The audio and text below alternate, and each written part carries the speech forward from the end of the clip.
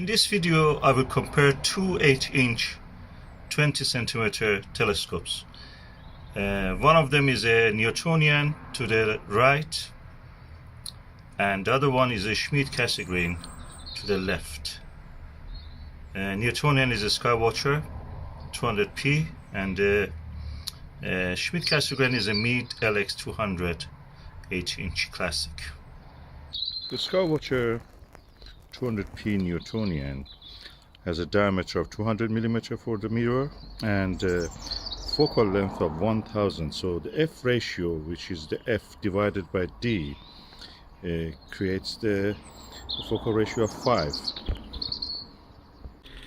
The Schmidt-Cassegrain has a diameter of 203.2 mm and focal length is 2000, almost f10, a focal ratio of 10. Both of them are now looking at the moon, and let's see how the view looks like through each. First, through the 8-inch Skywatcher Newtonian. This is the view through the Skywatcher Newtonian. As you can see, the field of view is about 4 times or 3 times, 3.5 times the size of the full moon. Full moon is around, or diameter of the moon is around half a degree. That makes the image width from one corner, which you can see to the right, to the other corner, around 1.5 degree to 2 degrees. And so it's quite wide field for the viewing. So that was the view through the Skywatcher 200p and the same eyepiece, 28 mm. Now let's see through the 28 mm and the Schmidt-Cassegrain. Let's see the view. What is immediately you notice is that the image is bigger. It has a narrower field of view, so finding the object without the use of a finder scope is almost very difficult or impossible probably. Narrow field of view can be a problem, but it's perfect for planetary bodies like the moon and other planets. As you can see more details here.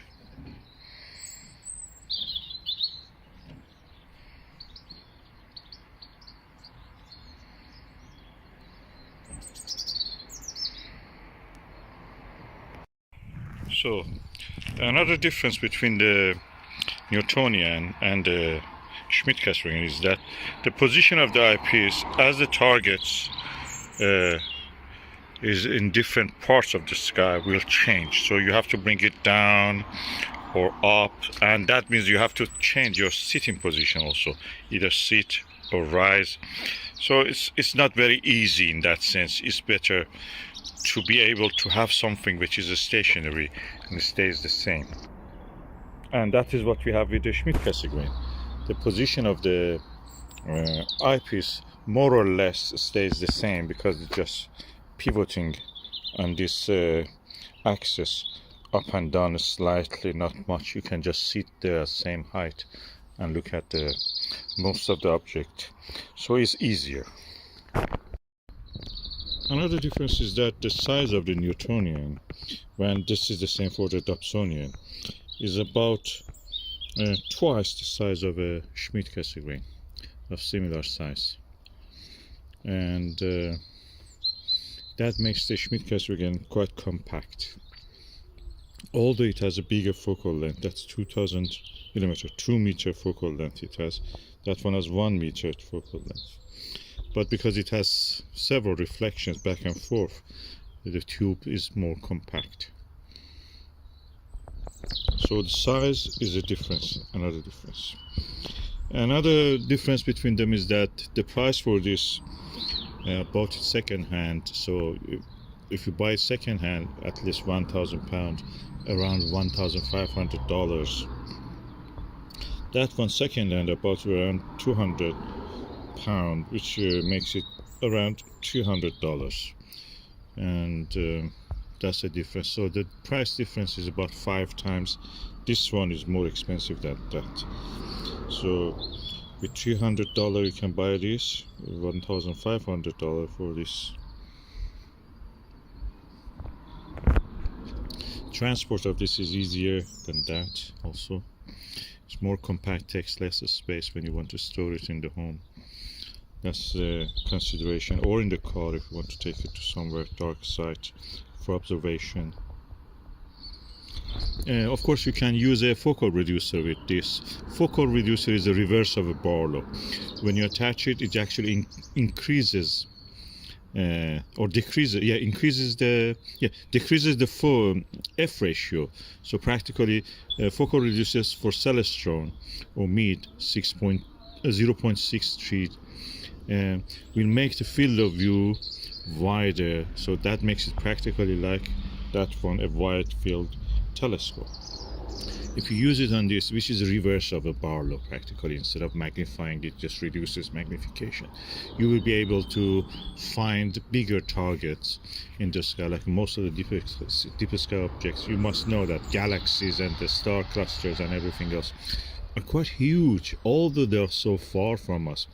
Compared to Moon and the planets, they're huge. Andromeda Galaxy is in our sky is almost 4 degrees. That makes it 8 times the size of the Moon in our sky. So practically a huge object, even though that's 2 million light years away. So you have all this available with this when you use a focal reducer. Of course, the field of view, again, you need a bigger field of view if you want to use see something the whole width of the Andromeda Galaxy. Binoculars probably do it better. Another consideration for when you want to consider buying this is that one doesn't have any electronics. It's cheaper, it doesn't break. This one has electronics, they easily break or they become obsolete. And in this case, the capacitors of this one, the classic Meade LX200 EMC, the capacitors easily burst after a while, so you have to replace them or just use it as alt azimuth without any electronics. So they're prone to being outdated, obsolete, or break down. That one is just mechanical, nothing there, and then the rest of it is optical tube, and there is no danger of that. Another thing that may confuse you is that, as you have seen in the video I presented you, the image in this one compared to this one is reversed.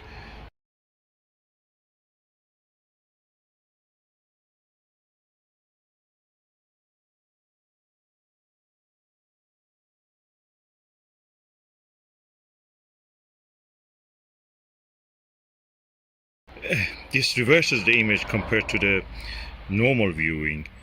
That one even sweeps that image to the mirror part of it. So practically you will see even another image which is not the same as what you can see with your normal eye, and is a reverse. It's very interesting thing when you look at the moon from through these two objects. You have to use different maps for this if you want to be comfortable finding objects and names of the targets.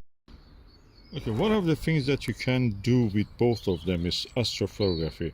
With this one you can do, digiscoping, hold your mobile camera, mobile phone, and take a few seconds or a few minutes, depending on the video or photo, of celestial objects, including planetary objects.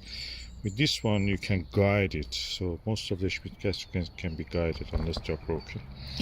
So when you can guide the telescope, practically you can take up to 10-15 minutes of the guided astrophotography. Unfortunately, you will have some field rotation because this is moving in alt azimuth. It's moving like this, a little bit like this, a little bit like this, a little bit like this. It's not equatorial that follows in a curve. It has to follow the curve in steps like that. So and this causes field rotation. When you have field rotation, your image at the center looks centered. Around it, objects look appearing as if they've rotated. It's like as if you're looking at the Polaris and the stars around it. But with the video and other things, you can just take short videos and just add them, stack them with the software. You will be able to do that. With a focal reducer, you can have a wider field of view and just do whatever you want to do. Planetary, you don't have any problem. You can just take the pictures, or the moon, the same. And I don't do any processing. I can photograph with all of them. I do some astrophotography also of the brightest objects like Orion Nebula and things like that. So this is the moon. I'm holding the camera against the eyepiece. It's a Skywatcher 28mm 2-inch eyepiece on a Skywatcher 200p.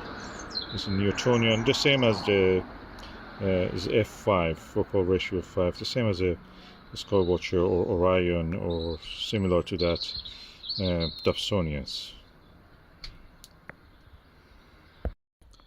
Okay, this is with the Meade Schmidt-Cassegrain. As you can see, I showed you during the daylight. Now we are looking through the night or twilight, and you can see the image scale is larger. Eyepiece is the same, just because it has a higher f ratio. You can see more of the object and less of the sky background. That means that is a narrow field of view. Good for planetary viewing, not very good for deeper sky objects, but you can use a focal reducer, and it's a reverse Barlow, practically makes it suitable for using as a wide field telescope. I cannot say which of them I prefer. They're different in what they do, and as you can see, I have both of them, so you can make your own judgment based on that. But if I was going to buy the first telescope and I was not sure that I want to dedicate more time and resources to this, I'll probably go for the Skywatcher Newtonian. Then when I see that I'm more interested, let me just get the Schmidt-Cassegrain if I want. Another difference between Schmidt-Cassegrain and the Newtonian is that, as you can see, the corrector plate on the Schmidt-Cassegrain easily gets dew on it, the condensation of moisture, and that can actually damage the view that you have, and eventually will cause deterioration of the screen. You have to use, of course, either a dew shield or something like a dew heater. On the other hand, Newtonian mirror is at the end, and it takes a while actually to get covered in dew, so in that case is better.